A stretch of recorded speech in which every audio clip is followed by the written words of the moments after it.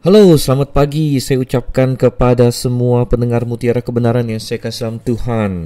Apa kabar Anda pada pagi hari ini? Atau mungkin siang atau malam? Salam Maranatha kepada Anda semua. Kiranya Tuhan segera kembali. Saya Dr. Stephen Einstein Liao sebagai pembawa acara dan pengkhotbah dalam acara Mutiara Kebenaran ini. Saya sangat bersuka cita. Saya merekamnya pada suatu pagi di awal 2024 dan saya sedang membuka Alkitab saya di dalam 1 Raja-Raja pasal 15 karena dari pasal inilah kita akan melakukan pembahasan kita. Dan saya harap Anda siap untuk mempelajari firman Tuhan bersama-sama dengan saya. Mari kita buka Alkitab kita, saudara yang kasih dalam Tuhan. Sekali lagi, kalau Anda memiliki Alkitab di depan Anda atau mungkin di handphone Anda dan lain sebagainya, Anda paling baik, paling efektif adalah untuk membacanya bersama dengan saya, membuka ayat-ayat referensi yang lain agar semuanya nyambung dan masuk dalam benak kita. Kalau Anda mendengar ini sambil katakanlah lari pagi atau menyetir atau lain sebagainya, maka kalau bisa Anda nanti membaca pasal yang dimaksud di lain waktu. Oke, dan kita sudah sampai dalam 1 Raja-Raja pasal 15 dan berarti kita sudah akan meninggalkan masa pemerintahan dari Rehabeam, saudara kasih Tuhan. Dan kalau kita masih ingat, sudah beberapa kali saya tekankan juga bahwa 50% dari kitab 1 Raja-Raja itu berbicara mengenai Salomo dan pemerintahannya. Jadi 50% Salomo. Kemudian ada cukup banyak pasal juga diberikan kepada si Yerobeam dan Rehabeam. Memang tidak sebanyak Salomo 11 pasal. Tapi kombinasi antara Rehabeam dan Yerobeam itu dibahas di dalam 3 pasal yang cukup panjang. Yaitu pasal 12, pasal 13, dan pasalnya yang ke-14. Nah, masuk sesudah itu kita akan melihat raja-raja yang belakangan ini akan dibahas dalam pasal yang tidak terlalu panjang atau dalam jumlah ayat yang tidak terlalu banyak, kecuali nanti kalau kita sudah masuk ke pelayanan Elia dan Elisa, baru di sana terutama berhubungan dengan Raja Ahab dan lain sebagainya, maka ada pembahasan yang cukup mendalam dan cukup panjang di situ. Nah, tentunya ini merupakan intisari dari pemerintahan-pemerintahan mereka. Dan tentu ada banyak hal yang terjadi yang tidak dicatatkan, tapi yang dicatatkan adalah semua yang bisa menjadi pelajaran bagi kita. Oke, oleh karena itu kita akan langsung masuk saja. Pertama kita akan berdoa terlebih dahulu, kita akan minta pertolongan Tuhan. Mari kita bersatu dalam doa. Bapa yang di surga, kami mengucap syukur untuk kasih setiamu pada kami. Dan salah satu kasih setia yang sangat kami nikmati adalah kesempatan untuk mempelajari firman-Mu. Ya, karena hanya melalui firman-Mu lah kami bisa melihat sejarah dengan benar, kami bisa melihat dan menilai dunia ini dengan benar, dengan kacamata yang kami dapatkan melalui firman-Mu itu, sehingga kami tidak terombang-ambingkan Tuhan, dan kami bisa menilai segala sesuatu sebagaimana yang firman-Mu katakan bahwa orang-orang yang rohani menilai segala sesuatu. Tuhan, pimpin kami ketika kami membuka halaman-halaman Alkitab, dan kiranya kami diterangi dan diberikan pemahaman yang baik. Kami berdoa Tuhan dalam nama Yesus Kristus. Amin.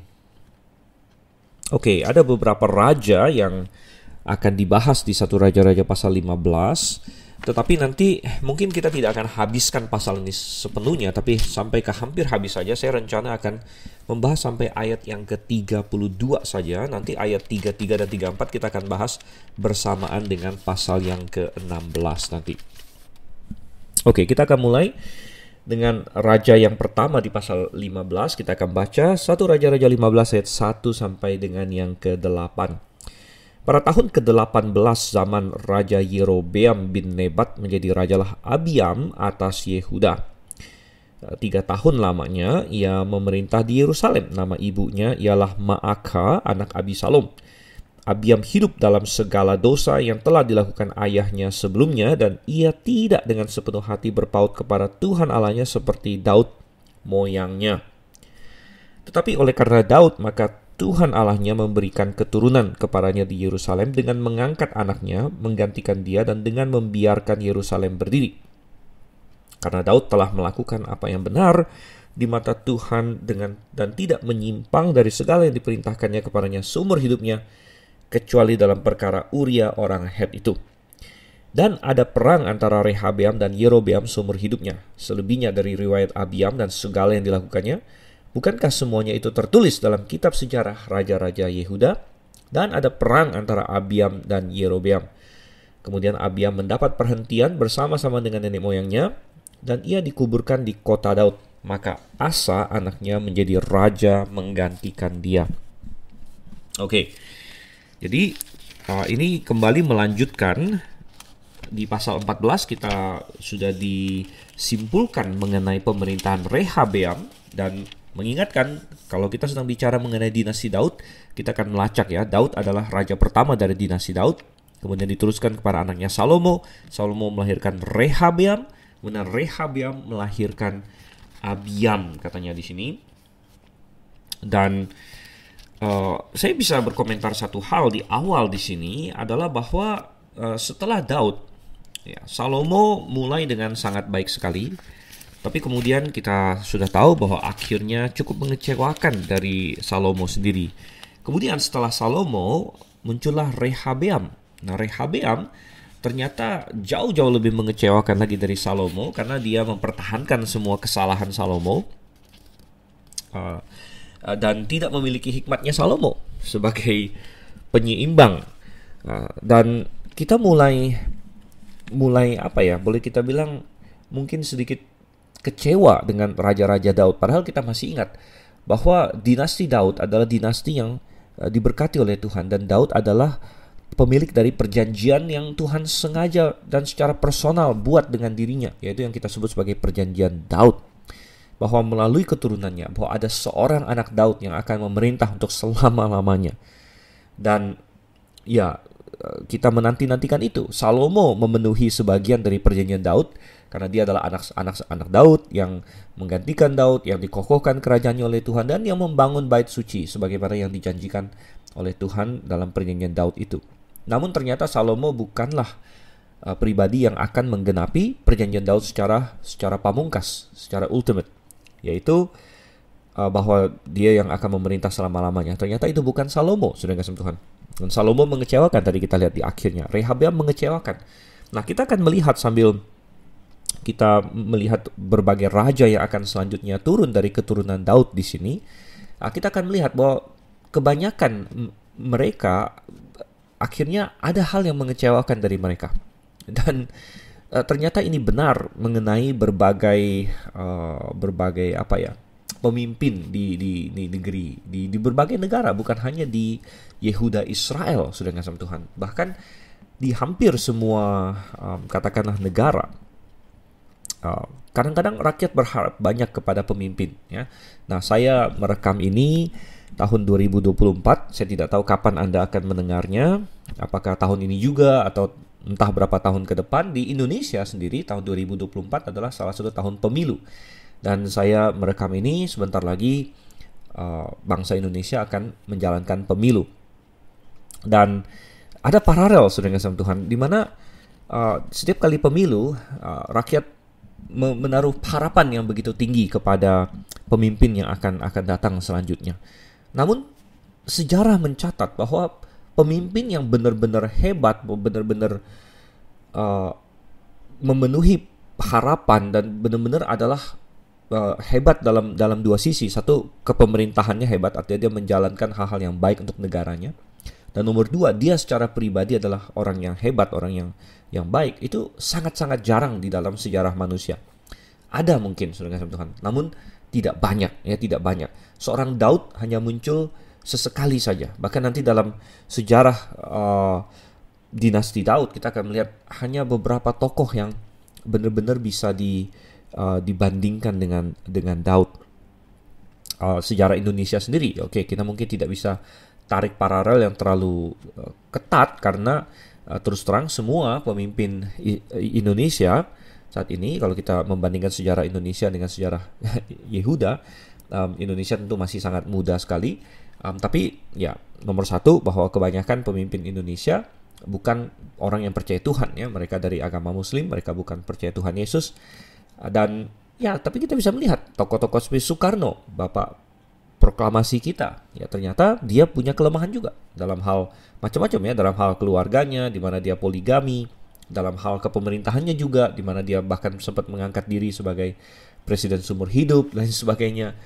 Wow, saudara kasih Tuhan. Lalu tentu dia punya jasa ya, setiap pemerintahan mungkin ada hal-hal yang positif juga tentang mereka. Tapi saya katakan tadi yang benar-benar bagus secara luar biasa itu sangat sedikit. Kita tahu presiden kedua Soeharto dan lain sebagainya. Akhirnya memerintah 32 tahun, lebih dikenal di dunia luar sebagai seorang diktator dan lain sebagainya.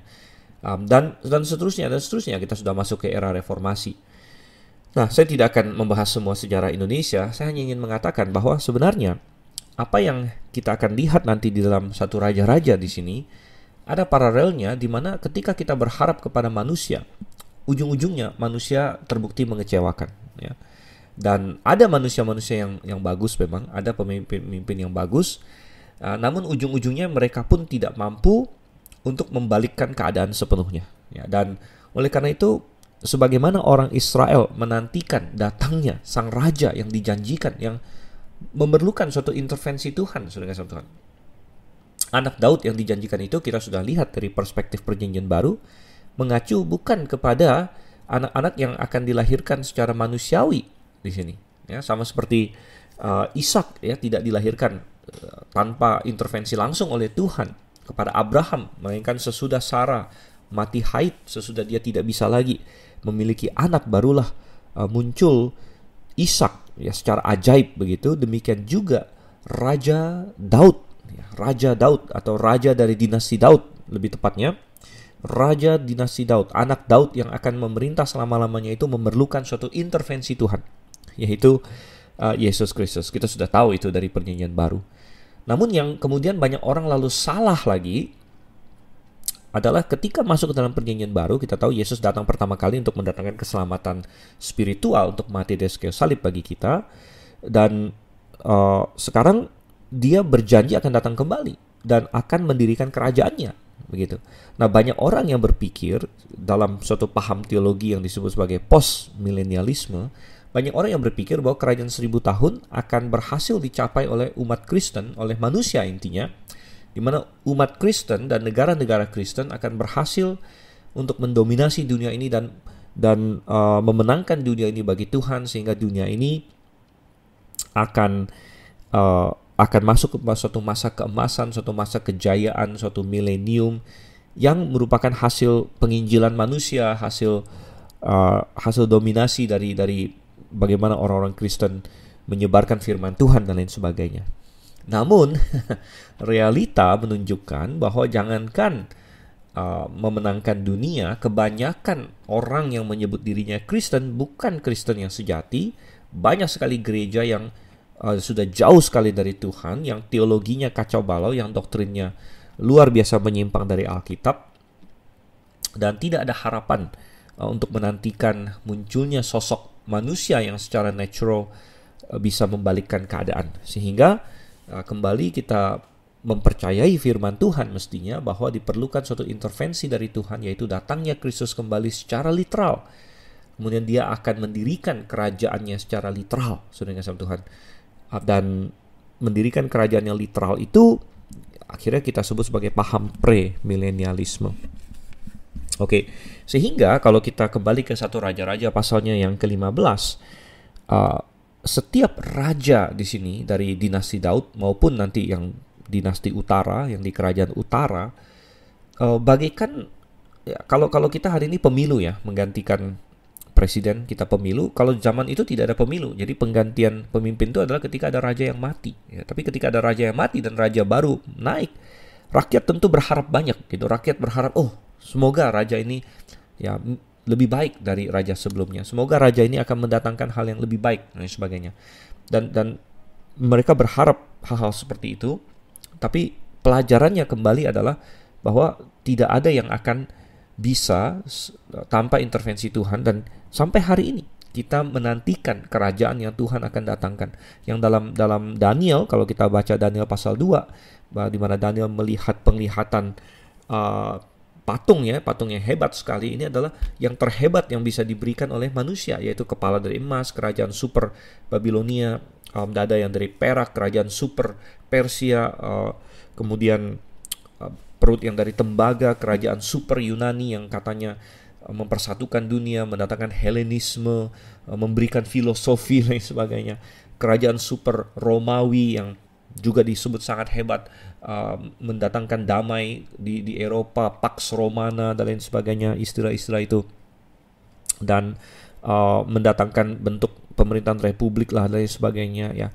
Namun semua itu gagal, saudara. Semua itu hebatnya dunia pun masih jauh sekali dari idealnya Tuhan, sampai akhirnya akan ada sebuah batu yang terangkat dari gunung ya, batu tanpa tangan manusia, batu yang terungkit dari sebuah gunung tanpa tangan manusia yang jatuh menimpa kaki dari patung itu, yang adalah besi campur tanah liat, yang adalah kerajaan antikristus akhir zaman, akan menghancurkan seluruh patung itu dan kerajaan yang tanpa tangan manusia itu. Apa itu? Itu adalah kerajaan Kristus nanti yang menantikan datangnya Dia kembali. Oleh sebab itulah makanya kita memulai acara kita dengan tadi apa? Maranatha. Maranatha, saudara-saudara. Kiranya Tuhan segera datang kembali. Nah, tapi coba kita kembali ke teks dan kita melihat Abiam di sini. Abiam jadi berarti ini adalah cicitnya Daud, ya, cucunya Salomo, anaknya Rehabeam. Nah, sangat menarik. Satu hal yang ingin saya tekankan adalah bahwa setiap kali kita berbicara mengenai Raja Yehuda, sebenarnya ada perikop paralelnya di satu Tawarik dan dua Tawarik, ya, karena kitab Tawarik menceritakan melacak raja-raja Yehuda. Nah, Tawarik tidak melacak raja-raja Israel. Jadi kalau bicara mengenai raja Israel tidak akan ada padanannya di Tawarik, tapi raja-raja Yehuda ada padanannya. Jadi akan sangat bagus juga sebenarnya kalau pendengar sekalian mau membaca perikop paralelnya, seperti misalnya mengenai Abiam. Perikop paralelnya adalah di 2 Tawarik pasal 13. Di situ mengenai Raja Abia. Dan ada banyak informasi ekstra di Tawarik, karena yang Tawarik hanya membahas Raja Yehuda. Jadi dia punya space yang lebih untuk menulis tentang raja-raja Yehuda dibandingkan raja-raja yang cerita tentang Yehuda, kemudian dia akan balik lagi ke Israel Utara, lalu dia balik lagi ke selatan, lalu balik lagi ke utara dan lain sebagainya. Nah, namun karena nanti mutiara kebenaran akan sampai ke Tawarik juga, jadi kita tidak akan fokus terlalu besar di informasi yang ada di Tawarik, tapi kita akan tarik masuk kalau relevan, dan saya akan tunjuk ya hal-hal yang relevan yang di Tawarik yang ada hubungannya dengan yang di raja-raja. Tapi ada sebenarnya kadang-kadang ada banyak hal yang ditulis di Tawarik yang tidak muncul di raja-raja. Nanti kita akan singgung sedikit di situ. Pertama, kadang-kadang ada perubahan nama sedikit antara apa yang ada di raja-raja dengan apa yang ada di Tawarik. Misalnya Abiam disebut Abiam di sini dan disebut Abia di Tawarik, ya ada sedikit variasi saja, tapi variasi ini mungkin signifikan, saudara Tuhan, karena Abia akhiran ya di situ mengacu kepada Yah yang sudah pernah kita singgung. Yah adalah bentuk pendek dari Yehovah. Jadi Abia atau Abiyah artinya adalah Bapakku adalah Yehovah, ya. Sedangkan Abiam, ya, Yam, banyak arkeolog berkata bahwa Yam mengacu kepada suatu dewa laut Kanaan, begitu. Nah, ini sangat ya membuat kita lumayan shock bahwa seorang raja Israel akan digelari Abiam, begitu. Namun kita mendapatkan di sini bahwa nama ibunya, ya, dan kita akan lihat ketika sebelum kita masuk ke nama ibunya, kita lihat ayat yang pertama dulu.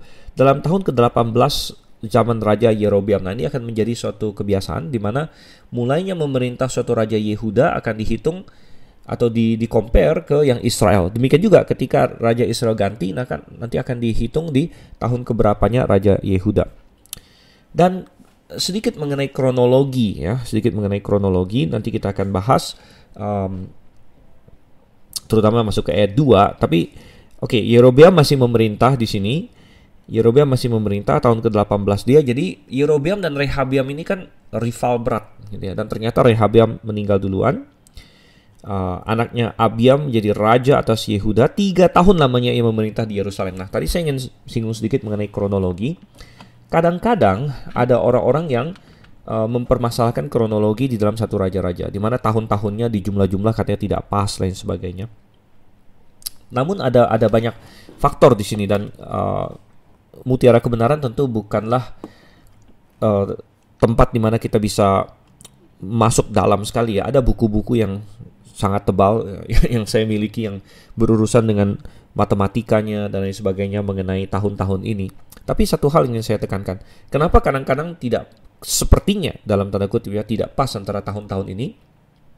Padahal sebenarnya tidak ada masalah sebenarnya, tapi kita harus tahu bahwa ketika menghitung dia memerintah berapa tahun, mereka kadang-kadang menghitung misalnya gini, kalau seorang raja, kita ambil kalender kita sekarang ya, seorang raja katakanlah naik tahta di bulan September misalnya. Maka September ke Desember dari tahun ini sudah dihitung 1 tahun gitu. Jadi sebagian dari tahun itu sudah seringkali dihitung 1 tahun gitu. Nah, sehingga 3 tahun itu bisa setahun lebih sedikit saja sebenarnya ya, yaitu 1 tahun penuh plus sisa tahun yang sebelumnya yang awal dengan kelebihan tahun yang setelahnya begitu. Jadi itu suatu kemungkinan ya. Jadi 3 tahun lamanya ia menetap di Yerusalem. Dan lagi pula ada juga suatu kemungkinan berdasarkan pelacakan yang dilakukan oleh banyak orang bahwa kerajaan selatan dengan kerajaan utara bisa jadi memakai kalender yang berbeda. Ada indikasi bahwa kerajaan selatan memakai kalender di mana bulan Nisan adalah bulan pertama ya. Nah, sedangkan kerajaan utara sepertinya memakai kalender di mana bulan Tishri atau bulan ke-7 adalah bulan pertama. Jadi itu juga bisa mempengaruhi kronologi di sini. Tapi intinya adalah bahwa Alkitab mencatat apa adanya. Alkitab adalah firman Tuhan. Ya, tidak ada yang salah dari Alkitab di sini. Oke, kemudian kita dikasih tahu nama ibunya ialah Maaka, anak Abisalom. Dan Abisalom yang mana yang dimaksud? Ya, sepertinya adalah Absalom. Absalom yang adalah anak Daud, saudara yang kasih Tuhan. Dan ini sangat mensyokkan juga ya, karena kita akan lihat terutama untuk raja-raja Yehuda, baik kitab raja-raja maupun kitab Tawarik, cukup tertarik mengenai siapa ibu mereka rupanya. Kalau Rehabeam kita sudah membaca, kita ingat bahwa ibunya adalah seorang perempuan Amon, namanya Naama. Dan di sini Abiam namanya ibunya adalah Maaka, anak Abisalom. Nah, sekali lagi di Alkitab hanya ada satu orang yang namanya Absalom. Abisalom sepertinya adalah variasi nama dari Absalom gitu. Dan berarti Maaka ini siapa? Nah, kalau kita ingat di Samuel, Absalom itu hanya punya seorang putri ya. Dia punya putra yang sudah meninggal muda. Dia hanya punya seorang putri yang namanya Tamar. Dia kasih nama Tamar berdasarkan nama adik ya. Masih ingat Tamar yang adiknya yang diperkosa oleh Amnon yang menimbulkan segala masalah itu ya. Tetapi Tamar, kita tidak pernah membaca tentang Maaka. Jadi indikasinya adalah Maaka adalah anaknya Tamar lagi. Dan adalah kebiasaan di orang Ibrani atau orang bahasa Ibrani bahwa kata ayah atau ibu ya bisa mengacu kepada bukan hanya ayah atau ibu langsung, melainkan kepada ayah atau ibu dalam pengertian nenek moyang ya. Demikian juga kata anak. Makanya Yesus bisa disebut sebagai anak Daud ya, karena keturunan yang jauh pun bisa disebut sebagai anak di situ. Oke, jadi kalau kita menerima bahwa Maaka adalah cucunya Absalom, maka lebih masuk akal dari segi tahunnya begitu. Karena berarti kalau ibunya adalah Maaka, berarti kan istrinya Rehabeam gitu ya, istrinya Rehabeam. Dan Rehabeam adalah cucunya Daud gitu, cucunya Daud. Dan berarti cucunya Daud menikah dengan cucunya Absalom, saudara kasih Tuhan. Ya, itu bisa saja terjadi seperti itu. Dan kalau kita lihat di sini menarik ya, berarti Abiam ini keturunan Daud dari baik bapak maupun ibunya. Dari bapaknya adalah Rehabeam, cucunya Daud. Ibunya adalah Maaka yang berarti adalah cicitnya Daud. Jadi tetapi ini sangat menarik bahwa ujung-ujungnya Absalom yang adalah pemberontak ya.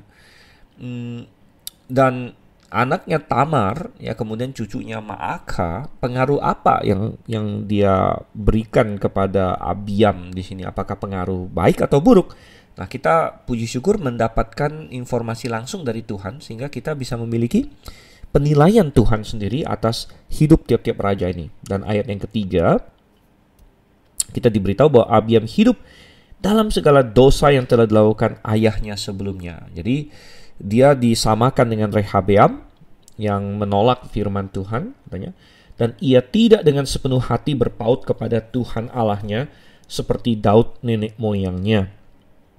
Nah, kata-kata bahwa dia tidak dengan sepenuh hati berpaut mengindikasikan bahwa minimal secara superficial atau secara kulitnya saja dia ada menyembah Tuhan, namun tidak dengan sepenuh hati. Dan itu benar. Itu kita temukan di dalam tadi saya bilang perikop paralel, yaitu 2 Tawarik pasal yang ke-13. Dan kita tidak perlu membaca semuanya, tapi terjadi peperangan antara Abiam dengan dengan Yerobeam maksudnya. Dan ini melanjutkan bapaknya.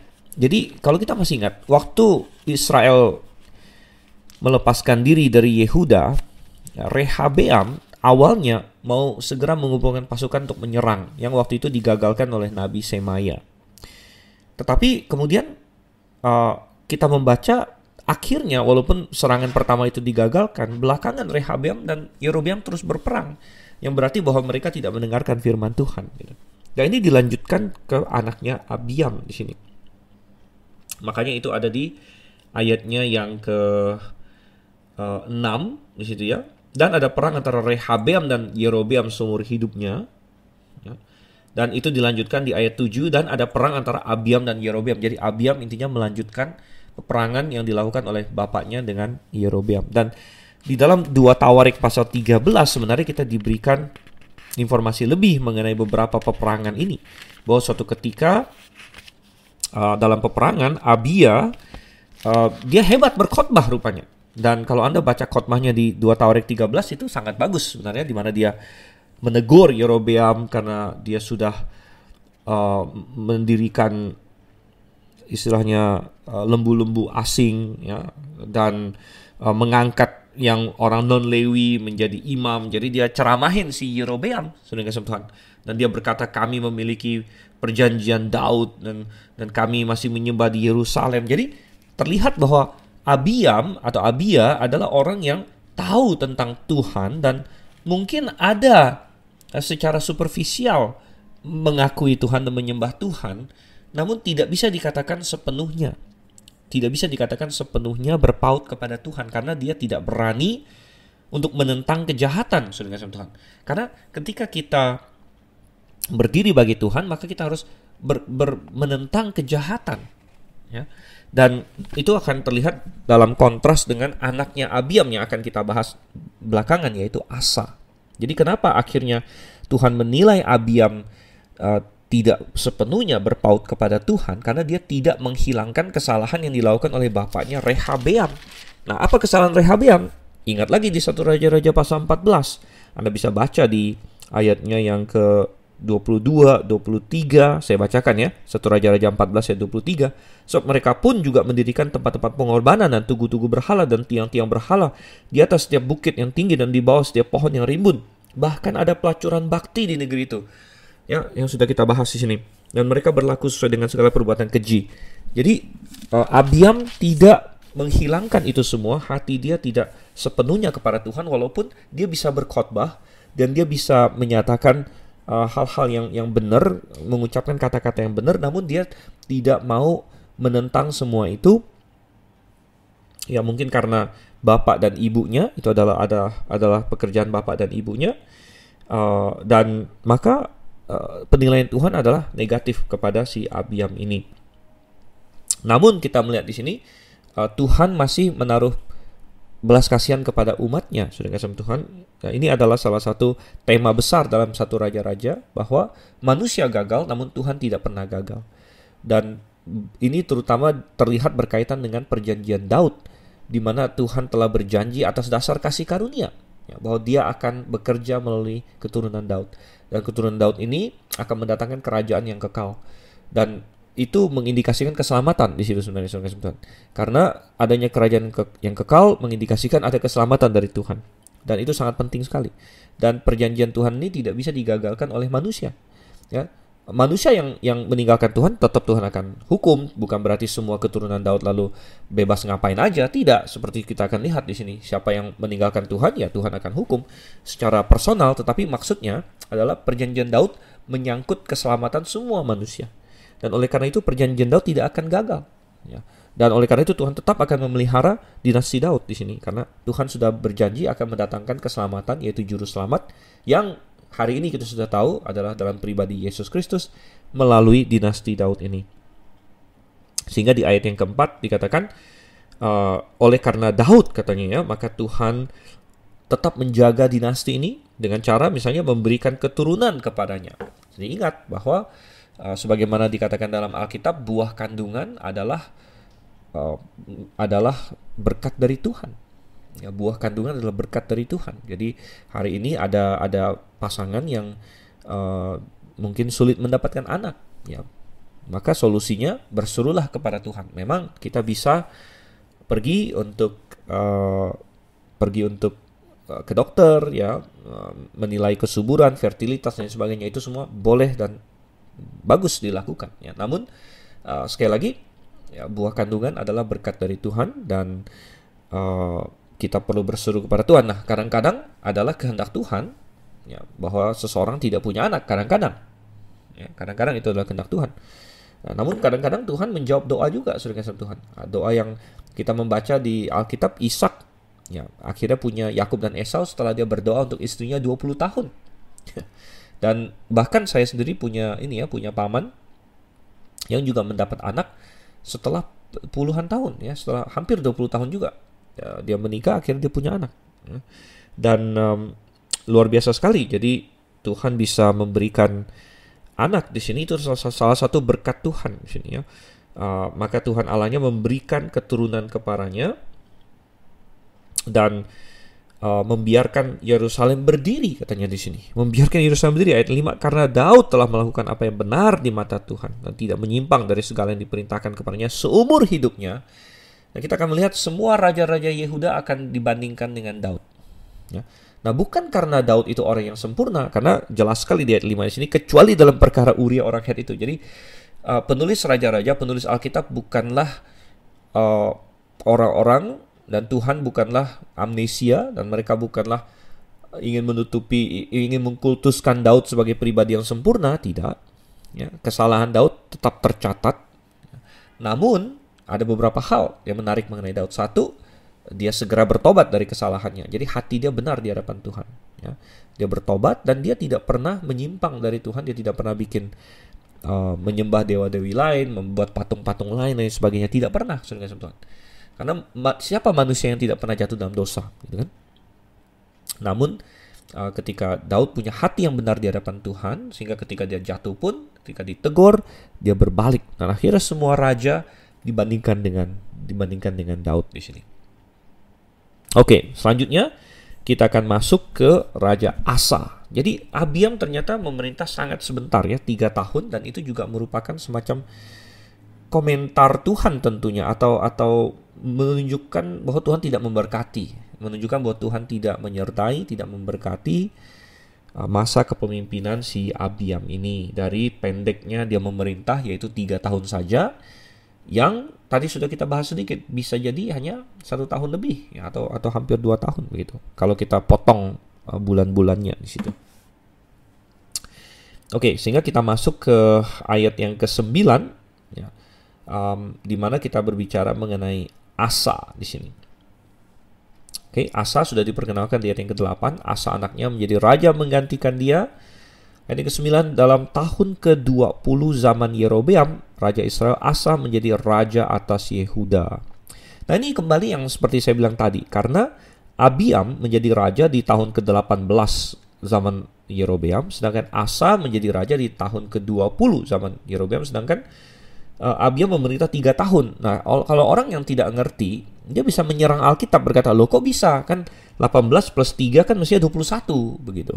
Jadi kenapa dikatakan Abiam memerintah 3 tahun, dia mulai tahun 18, kok Asa memerintahnya mulai tahun 20? Nah, sekali lagi itu bisa karena cara menghitung tahun mereka itu tidak harus 3 tahun penuh maksudnya, tapi sebagian tahun di mana dia mulai memerintah sudah dihitung 1, kemudian 1 tahun penuh selanjutnya, kemudian sebagian tahun lagi yang setelahnya di mana dia meninggal itu dihitung 1 tahun lagi, jadi 3 tahun. Nah, sedikit informasi bahwa Alkitab sama sekali tidak menceritakan kepada kita kenapa Abiam hanya memerintah 3 tahun. Ya. Tidak ada indikasi bahwa dia dibunuh, karena biasanya kalau ada raja yang dibunuh itu akan dikasih tahu kepada kita. Ya. Dan Abia sendiri, nah coba kita lihat kita buka sedikit 2 Tawarik 13. Jadi sebelum masuk ke Asa, kita balik sedikit ke Abia ya. 2 Tawarik 13 ayatnya yang ke-21 di sini. Abia menunjukkan dirinya kuat. Ia mengambil 14 istri dan memperanakan 22 anak laki-laki dan 16 anak perempuan. Selebihnya dari riwayat Abia, langkah-langkahnya dan titah-titahnya tertulis dalam kitab sejarah Nabi Ido. Ayat 14, pasal 14 ayat 1 dari 2 Tawarik. Kemudian Abia mendapat perhentian bersama-sama dengan nenek moyangnya dan ia dikuburkan di kota Daud. Jadi tadi memang kita katakan ada banyak informasi tentang Abia yang hanya ada dalam 2 Tawarik. Bagaimana dia mengkhotbahi Yerusalem, mengkhotbahi Yerobeam maksudnya. Dan kemudian dia hampir kalah dalam suatu peperangan, ya, di mana Yerobeam melakukan suatu gerakan manuver militer yang sangat hebat dan menjepit si Abia ini. Namun kemudian mereka berseru kepada Tuhan dan Tuhan memberikan kemenangan kepada Yehuda. Ya, namun kita melihat ada banyak peperangan dan dalam waktu yang cukup singkat, saudara kasih Tuhan, dalam 3 tahun pemerintahannya. Nah, mungkin ini sudah dimulai sebelum dia menjadi raja. Tapi kita harus ingat bahwa Rehabeam menjadi raja waktu dia berumur 41 tahun. Kemudian dia memerintah 17 tahun, ya kan? Berarti dia meninggal pada usia 58 tahun. Nah, dia memerintah, dia meninggal waktu 58 tahun, berarti berapa usianya si Abia? Kita tidak dikasih tahu berapa umur dia waktu dia naik tahta. Dan kita hanya diberitahu dia memerintah 3 tahun. Jadi, tapi kalau bapaknya berumur 58 tahun, ya bisa jadi ya, dia berumur sudah 30-an bisa, sudah nggak Tuhan, atau jangan-jangan bahkan 40-an, kan? Kemudian dia memerintah 3 tahun dan nah ini ayat 21 di 2 Tawarik 13 berkata bahwa ia mengambil 14 istri. Wow, ya. Jadi kembali memperbanyak istri dalam jumlah yang begitu banyak, ya, dalam waktu yang relatif singkat. Dia bilang, nah ini kembali memperlihatkan bahwa dia jatuh kepada kesalahan yang sama dengan terutama kakeknya yaitu Salomo. Ya, nah mungkin Rehabeam juga seperti itu. Dan kembali menunjukkan hati dia yang tidak sempurna di hadapan Tuhan. Oke, nah kemudian kita masuk ke Asa, kembali ke Asa di sini di 1 Raja-Raja 15, balik tahun ke-20 Yerobeam raja Israel, Asa menjadi raja atas Yehuda. Nah, bagaimana dengan Asa ini? Kita sudah punya 3 raja yang mengecewakan. Salomo mulai dengan sangat baik, ujungnya mengecewakan. Rehabeam dari awal sampai akhir mengecewakan. Ya, Abiam pendek dan mengecewakan, walaupun sempat ada percikan-percikan baik juga yang kita baca di dalam Tawarik sebenarnya mengenai dia. Tapi puji syukur kepada Tuhan. Coba kita lihat di ayat yang ke-10. 41 tahun lamanya ia memerintah di Yerusalem. Wow, berarti dia adalah raja yang paling lama memerintah sejauh ini ya, karena dia memerintah sedikit lebih lama dari Saul, Daud dan Salomo yang semuanya memerintah 40 tahun, dia memerintah 41 tahun.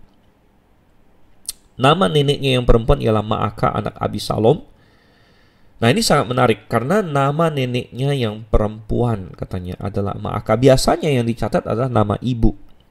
Tapi yang di sini yang dicatat adalah nama neneknya yang sudah kita temukan di ayat 2, yaitu adalah bab ibunya si Abiam. Jadi ibunya Abiam jelas adalah neneknya si Asa di sini. Ya. Ma'akah Abisalom. Kenapa tidak disebut nama ibunya sendiri? Nah, mungkin karena ibunya sudah meninggal. Ada yang beberapa yang berkata demikian. Bisa jadi ibunya meninggal dan kemudian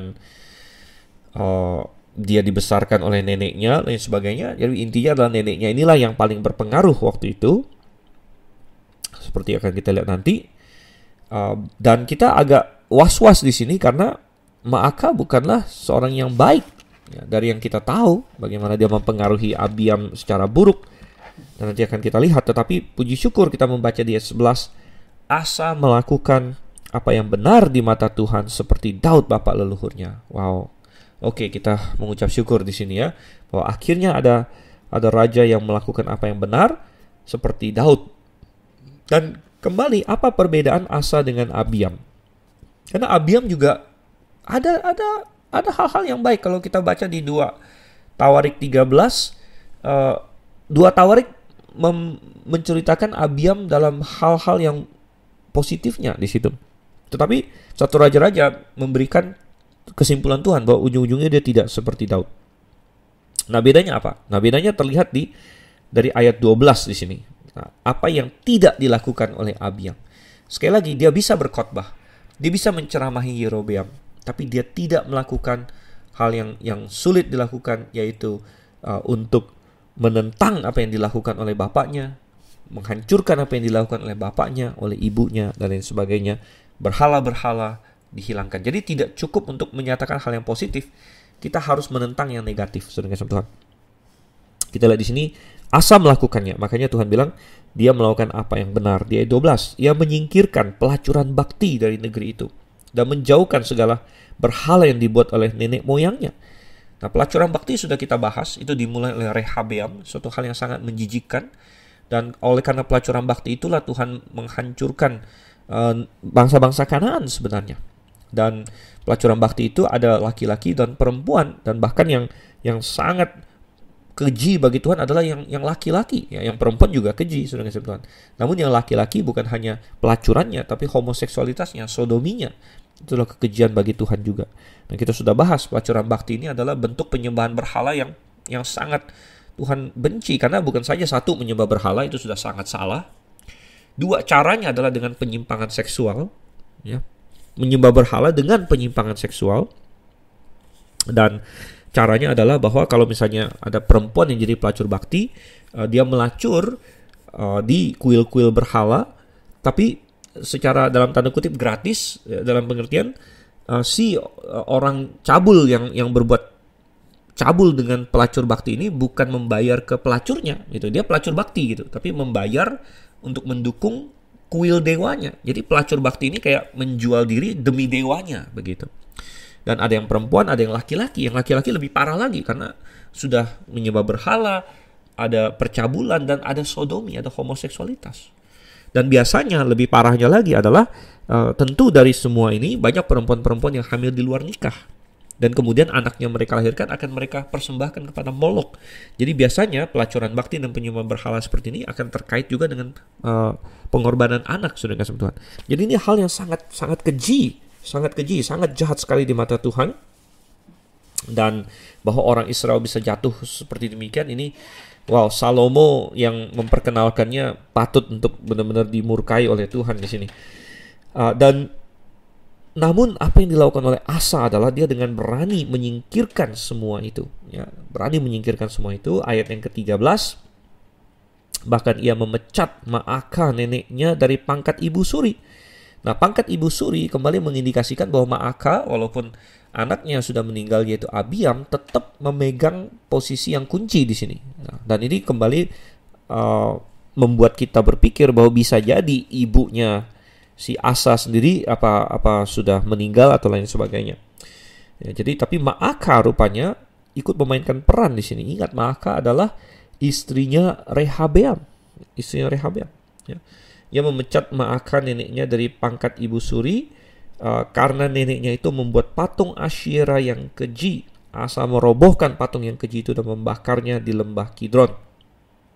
Jadi dengan berani sekali Asa melawan penyembahan berhala ini, dan bahkan berani melawan keluarganya sendiri. Dan nenek moyangnya sendiri, bahkan dia berani untuk dia lawan di sini demi Tuhan, saudara kasih Tuhan. Dan kembali ini yang tidak dilakukan oleh Abiam, sekalipun Abiam bisa berkhotbah tentang Tuhan.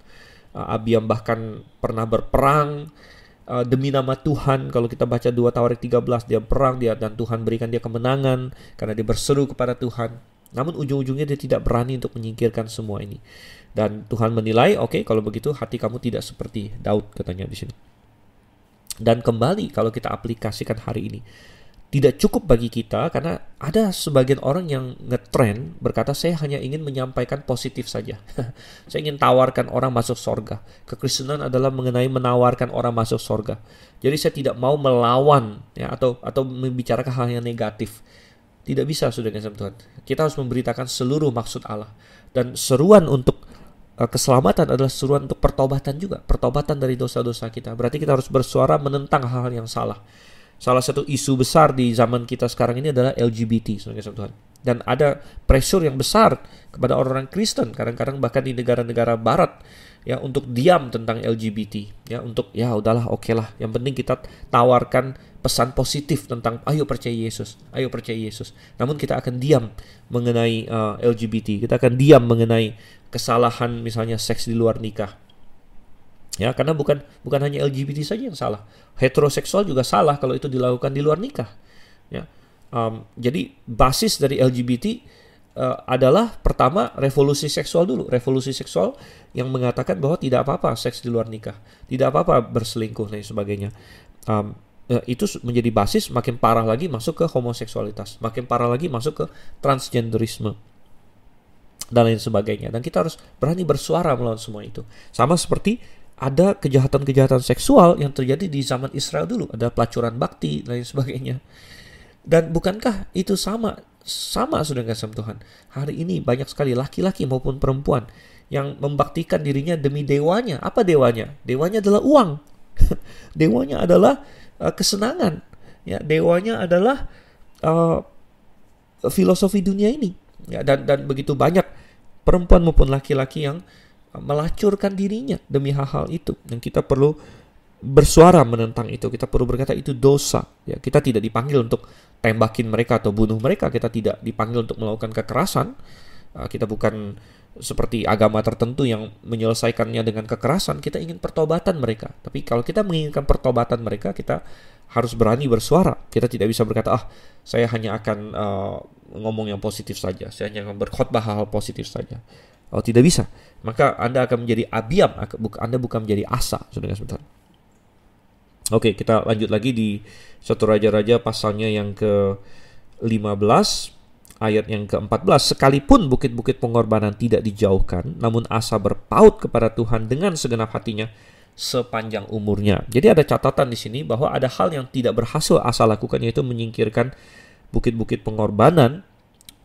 Dan sepertinya bukit-bukit pengorbanan ini tidak berhasil disingkirkan karena mungkin terlalu sulit, mungkin sudah terlalu mendarah daging, dan mungkin dianggap bahwa bukit-bukit pengorbanan ini toh untuk Tuhan juga. Jadi yang kalau yang untuk berhala-berhala itu semua dihancurkan, disingkirkan, namun yang ini yang adalah untuk Tuhan.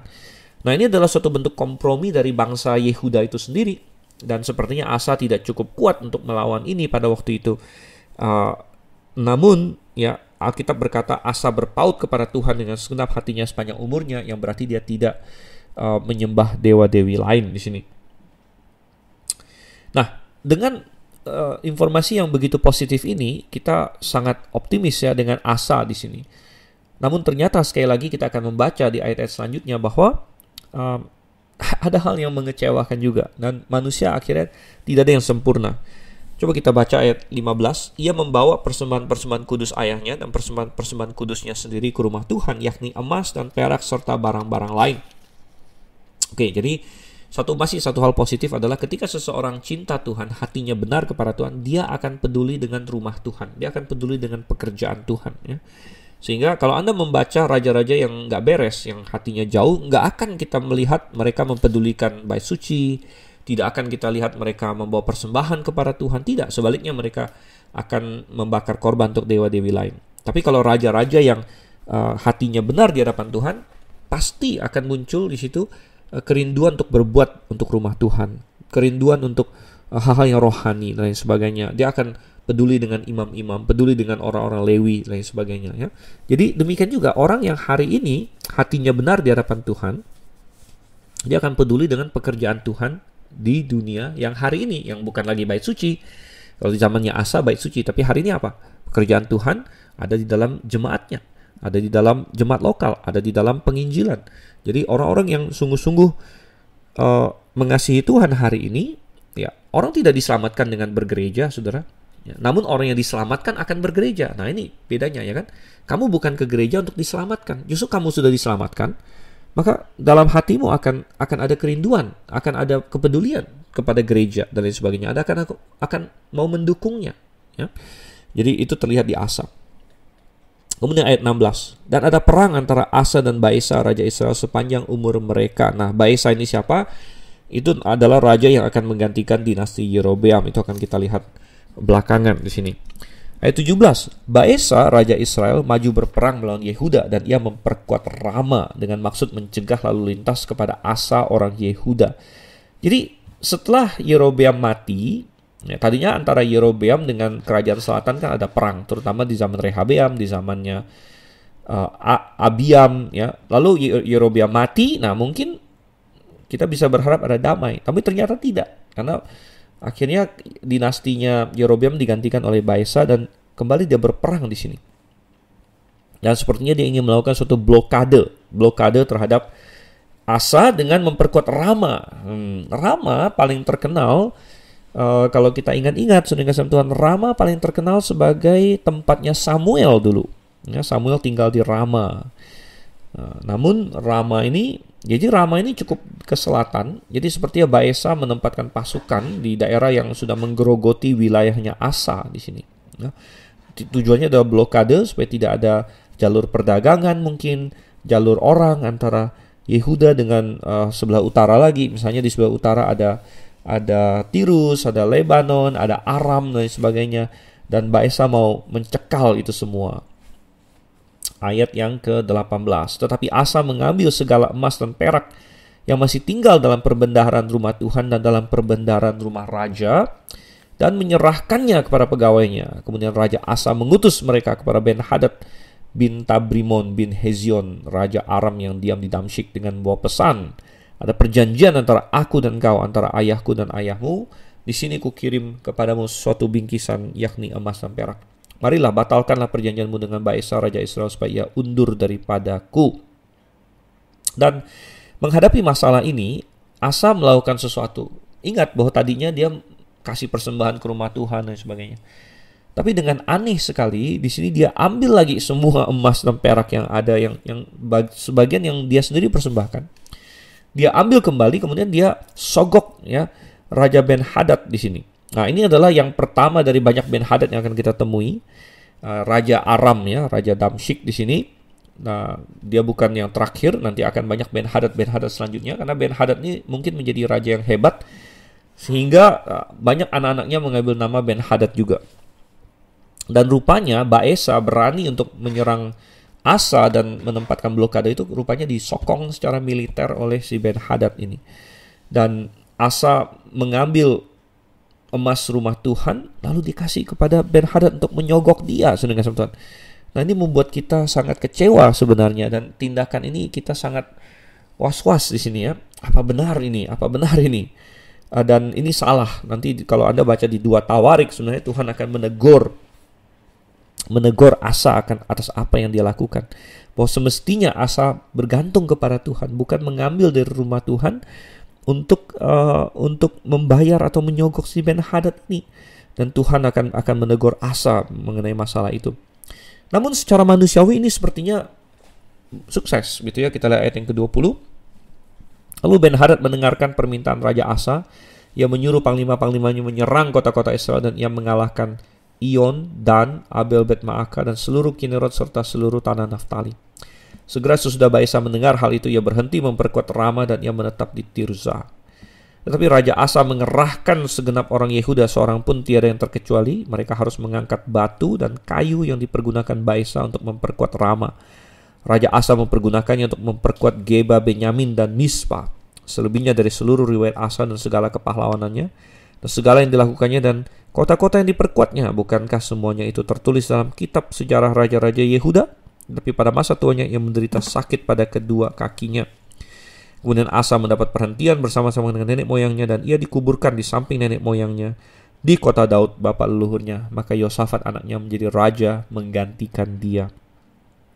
Ya, dan secara manusia sepertinya ini berhasil karena Ben-Hadad akhirnya terima sogokannya Asa, dan sepertinya dari kata-katanya Asa dulu antara bapaknya dengan bapaknya Ben-Hadad sempat ada perjanjian, dan kini dia pengen bikin perjanjian lagi. Dia suruh si Ben-Hadad membatalkan perjanjian dengan Baesa, ya, dan bahwa Ben-Hadad mau melakukannya tentu berarti dia hanya peduli tentang uang saja, gitu ya. Baesa tidak memberikan dia cukup uang rupanya. Dan mungkin dari segi kerajaan juga, kalau Ben-Hadad membantu Baesa menyerang Yehuda, yang wilayah Yehuda itu kan akan jatuh ke tangannya Baesa, bukan jatuh ke tangannya Ben-Hadad, gitu kan, karena jauh di sebelah selatan. Tapi dengan dia mengikat perjanjian dengan si Asa, dia menyerang wilayahnya Baesa, maka wilayah yang dia caplok itu jadi wilayahnya dia. Nah, akhirnya dia menyerang wilayah-wilayah utara Israel di sini, yaitu kota-kota di daerah Naftali dan sebagainya. Dia rebut dari Israel. Dan kita melihat Tuhan mulai mencukur wilayah-wilayah Israel karena mereka meninggalkan dia. Dan Asa mengerahkan orang untuk segera memperkuat daerah-daerah setelah Baesa mundur sedikit karena serangan Ben-Hadad. Dia langsung perkuat, ya, dia kerahkan semua orang ini pekerjaan rodi, ya. Tapi kalau di Salomo maksudnya, dia mengerahkan pekerja-pekerja rodi untuk bangunan-bangunan kemuliaan. Tapi di sini Asa mengerahkan seluruh umat untuk keamanan negara. Dan ini memperlihatkan kerajaan Israel belum pulih, Yehuda belum pulih sampai kepada kemuliaannya Salomo, sekalipun Asa memerintah cukup lama, 41 tahun, dan cukup baik sebenarnya. Namun sekali lagi kita lihat di akhir hidupnya dia kurang baik, karena tadi itu kalau kita bandingkan dengan di 2 Tawarik, ya, tentang Asa di sini informasinya ada di pasal yang ke 14, pasal 14, 15, 16. Jadi cukup panjang tentang Asa, bagaimana dia yang tidak diceritakan di raja-raja adalah dia menang melawan pasukan Ethiopia yang sangat besar. Kemudian bagaimana dia giat untuk Tuhan. Namun, saudara kasih Tuhan, Asa adalah contoh orang yang mulai dengan baik, tetapi di akhir hidupnya dia terjerembab. Ya, walaupun tidak separah Salomo, tapi dia tidak mengakhiri dengan hebat sekali, karena dia ditegur oleh nabi. Jadi Tuhan menggunakan Nabi Hanani namanya. Anda bisa lihat itu di 2 Tawarik 16 ayat 7. Datanglah Hanani, pelihat itu, kepada Asa yang menegur dia, kenapa kamu bikin perjanjian dengan Ben-Hadad tapi tidak bergantung pada Tuhan, gitu. Dan rupanya Asa tidak senang ditegur. Nah, di sini kita melihat betapa uniknya Daud, ya, yang langsung bertobat ketika dia ditegur oleh Nabi Nathan. Tetapi Asa di sini dia malah menganiaya si Hanani ini, ya, dan dia memasukkan Hanani ke dalam penjara, dan Tuhan sepertinya menghukum Asa, ya, dengan membuat dia kakinya sakit, katanya di sini. Dan ada suatu informasi di 2 Tawarik 16 ayat 12 bahwa pada tahun ke-39 pemerintahannya Asa menderita sakit pada kakinya yang kemudian menjadi semakin parah. Namun dalam kesakitannya itu ia tidak mencari pertolongan Tuhan, tapi pertolongan tabib-tabib, katanya di sini. Dan ini sekali lagi menggambarkan bagaimana Asa tidak mengakhiri dengan baik. Bukan berarti dia menyembah berhala, tidak. Dia tidak separah itu, dia bukan sampai murtad lain sebagainya. Namun dia tidak mengindahkan teguran dari Tuhan untuk hal-hal tertentu yang dia lakukan. Oke, kembali ke 1 Raja-Raja pasal 15 ayat 25 sampai 32 sekarang. Nah, kita bicara tentang anaknya Yerobeam sekarang, ya, namanya Nadab. Nadab anak Yerobeam menjadi raja atas Israel dalam tahun kedua zaman Asa raja Yehuda, yang memerintah atas Israel 2 tahun lamanya. Nah, 2 tahun ini sangat pendek sekali, bahkan bisa jadi setahun, ya, setahun atau bahkan bisa jadi kurang, ya, karena 2 tahun itu menghitung tahun dia naik tahta, yang bisa jadi kurang dari setahun, dan lalu tahun selanjutnya, gitu, yang bisa jadi juga tidak selesai tahun itu. Ia melakukan apa yang jahat di mata Tuhan, serta hidup menurut tingkah laku ayahnya dan menurut dosa ayahnya yang mengakibatkan orang Israel berdosa pula. Ingat bahwa Tuhan sudah menubuatkan kehancuran keluarga Yerobeam. Namun tiap-tiap orang punya tanggung jawabnya sendiri. Kalau misalnya Nadab memilih untuk berbalik kepada Tuhan dan lain sebagainya, ya mungkin nubuat Tuhan dari awalnya akan beda, saudara-saudara. Atau Tuhan punya cara-cara lain untuk menjalankan nubuatnya itu. Ya, tapi tiap-tiap orang bertanggung jawab atas dirinya sendiri. Dan Baesa bin Ahia dari kaum Isakar mengadakan persepakatan melawan dia. Baesa menewaskan dia di Gibeton yang termasuk wilayah orang Filistin, sedang Nadab dan seluruh Israel mengepung Gibeton itu. Baesa membunuh dia dalam tahun ketiga zaman Asa, Raja Yehuda, dan menjadi raja menggantikan dia. Dan segera sesudah ia menjadi raja, ia membunuh seluruh keluarga Yerobeam. Tidak ada yang bernafas yang ditinggalkannya hidup daripada Yerobeam, sampai dipunahkannya semuanya, sesuai dengan firman Tuhan yang diucapkannya dengan perantaran hambanya Ahia orang Silo itu. Oleh karena dosa-dosa yang telah dilakukan Yerobeam, yang mengakibatkan orang Israel berdosa pula, oleh sebab sakit hati yang ditimbulkannya pada Tuhan Allah Israel. Selebihnya dari riwayat Nadab dan segala yang dilakukannya, bukankah semuanya itu tertulis dalam kitab sejarah raja-raja Israel? Dan ada perang antara Asa dan Baesa raja Israel sepanjang umur mereka. Saudara, ya, kembali kepada tema yang sudah berkali-kali kita ulang. Yerobeam punya kesempatan yang luar biasa. Di pasal 11 ayat 38, melalui Nabi Ahia, Tuhan berkata, kalau kamu hidup sesuai dengan perintahku, kalau kamu mengikuti aku akan membangun bagimu keluarga yang kokoh seperti Daud. Betapa indah janji itu, saudara. Betapa indah.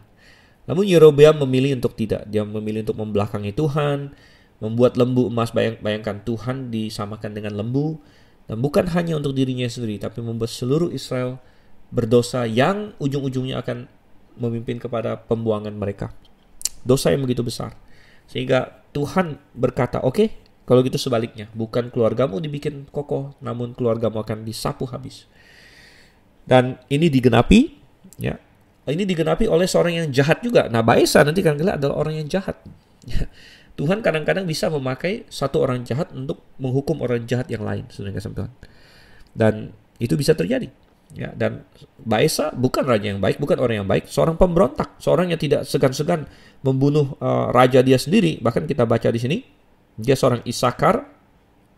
Waktu itu Nadab sedang mengepung Gibeton, sepertinya dia sedang perang lawan orang Filistin. Lalu ada konspirasi, ada pengkhianatan. Ya, mungkin salah satu bawahan dia, pasukan dia sendiri, mengadakan persepakatan katanya melawan dia, kemudian membunuh si Nadab ini.